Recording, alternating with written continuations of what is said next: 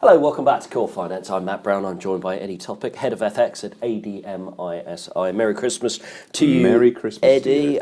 We're going to look at well, a few of the normal pairs that we've been looking at over recent weeks. Dollar yen. Look, we've had the tax reforms from a technical point of view. 113.5. Well, these are all longer term views. Yes. At this particular point. And I've concentrated on monthlies for this particular group. So a lot of that sort of short-term noise tends to sort of even itself out, so to speak. At this particular point, even though in the past I've been saying there's a head and shoulders on the recent action and it looks like it was under pressure at the moment, it still looks very, very bullish, though there is a little bit of indecision in the last few months. We had a key reversal up 3 months ago, and then last month we had a key reversal down.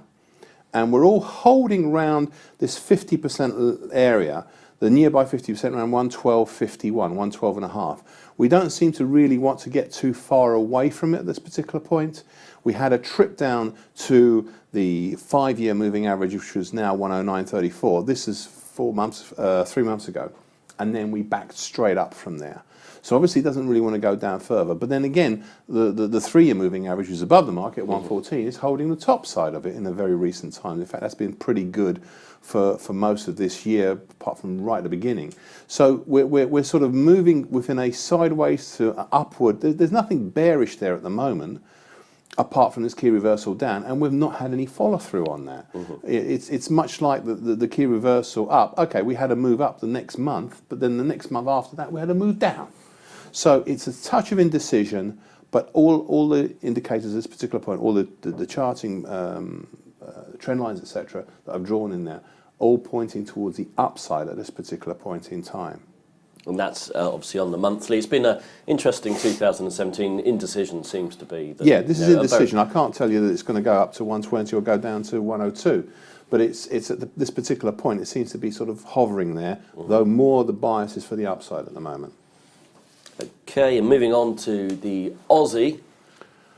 Gentle move up. A nice little move up caught between two channel lines, which is on the downside 74.61, on the upside 81.83, and gradually moving up. The only thing that's coming down at a rocket at the moment is the 5-year moving average, which is trading around about 82.22, but that's still far enough away that we may see some activity in there. Short term, 74.73 is the support, because that's the 50% fib of the recent action 2016-2017. But a nice gradual ascent at the moment looks that way. There's apart from that moving average, there's nothing really necessarily down. The key reversal on the upside, that was actually interesting because that showed you the size of the channel. That showed you where we were within that channel line moving in that particular area. So that's all that's done, that key reversal. The downside this month, we've tried lower so far, we're coming to the end of the month, and we've gone back up again. So nice little move. It's optimized a little bit because I've taken some of the late 2016 out of it as such to give a better view. But I think it's actually valid. And finally, looking at the South African rand. Again, these are on the monthly chart. So this is looking really good. Yeah. Of the three, I'd say this is the one that's the most interesting of them. We've had this big spike up over 15-16, which we all know about.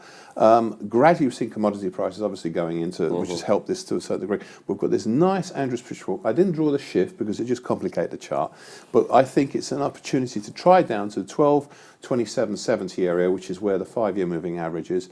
That's where to look for. Plus, just underneath that at the moment, at 12.1749 is the post-2000. I mean, you've got to look pre-2009 and post-2009. And post-2009, you've got the 50% Fibonacci at 12.1749, and that is a very, very key level to look at. And I'd see, if we get some closes below that, then I think you're going to see a confirmation of this move down we've seen over 2016, 2017. The contra side is 15.0670 is the resistance on the 50% fib at the moment. If we don't manage too far down from here, then that's the resistance and that's the target on the upside. But at the moment, it's looking more interesting on the downside than on the upside. Eddie, thank you very much for joining us. Thank you.